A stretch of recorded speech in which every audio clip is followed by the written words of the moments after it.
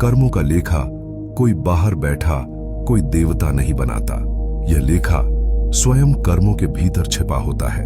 हर विचार, हर भावना, हर कर्म चेतना पर एक छाप छोड़ता है। उपनिषदों में इसे संस्कार कहा गया है। जैसे मिट्टी में गिरा बीज समय आने पर अंकुरित होता है, वैसे ही कर्म बीज आत्मा में अंकित रहते हैं। अच्छा या बुरा, सुख या दुख, यह निर्णय कोई न्यायालय नहीं करता, बल्कि कर्म का स्वभाव स्वयं अपना फल रचता है। बृहदारण्यक उपनिषद कहता है, यथा कर्म यथा श्रुतम। जैसा कर्म किया है, जैसा ज्ञान अर्जित किया है, वैसी ही गति होती है। मृत्यु के बाद यही कर्म बीज सक्रिय होकर आगे की दिशा निर्धारित करते हैं। जब यह कर्मों का संकलन पूर्ण होता है, तब अगला जन्म तय होने की प्रक्रिया आरंभ होती है। यह कोई अचानक या मनमाना निर्णय नहीं होता। आत्मा जिन प्रवृत्तियों, इच्छाओं और अधूरे अनुभवों को लेकर चलती है, वही उसे एक विशेष प्रकार की परिस्थिति की ओर खींचते हैं। शास्त्र कहते हैं कि जैसे नदी ढलान की ओर बहती है, वैसे ही चेतना अपने कर्मों के अनुसार प्रवाहित होती है। यदि किसी आत्मा के भीतर भोग की तीव्र इच्छा है, तो उसे वैसी ही परिस्थिति मिलेगी। यदि सीख अधूरी है, तो वैसा ही जीवन मिलेगा जहां वह सीख पूरी हो सके। यही कारण है कि किसी का जन्म सुख में होता है और किसी का संघर्ष में। यह कोई अन्याय नहीं, बल्कि पिछले कर्मों की स्वाभाविक परिणति है। इस पूरी यात्रा में सबसे महत्वपूर्ण बात यह है कि आत्मा कहीं भटक नहीं रही होती।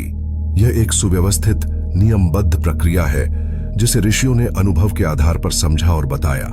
मृत्यु के बाद आत्मा न तो शून्य में विलीन हो जाती है, न ही तुरंत किसी नए शरीर में प्रवेश कर जाती है।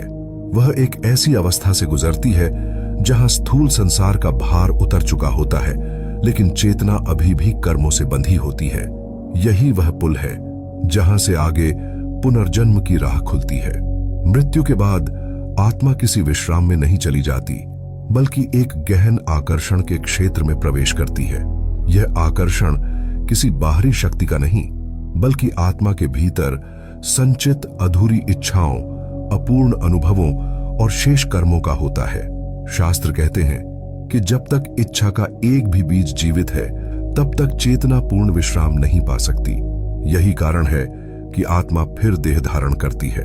यह कोई बाध्यता नहीं, बल्कि स्वाभाविक प्रवाह है।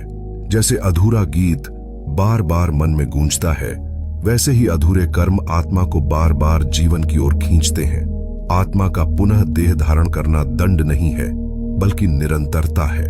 जिन कर्मों का फल भोगा नहीं गया, जिन अनुभवों से सीख पूरी नहीं हुई, वे चेतना में दबे नहीं रहते। वे एक सूक्ष्म बेचैनी की तरह आत्मा के साथ चलते हैं। यही बेचैनी पुनर्जन्म का कारण बनती है। उपनिषदों में कहा गया है कि इच्छा ही बंधन है और इच्छा की समाप्ति ही मुक्ति। जब तक इच्छाएं हैं, तब तक देह का चयन होता रहता है।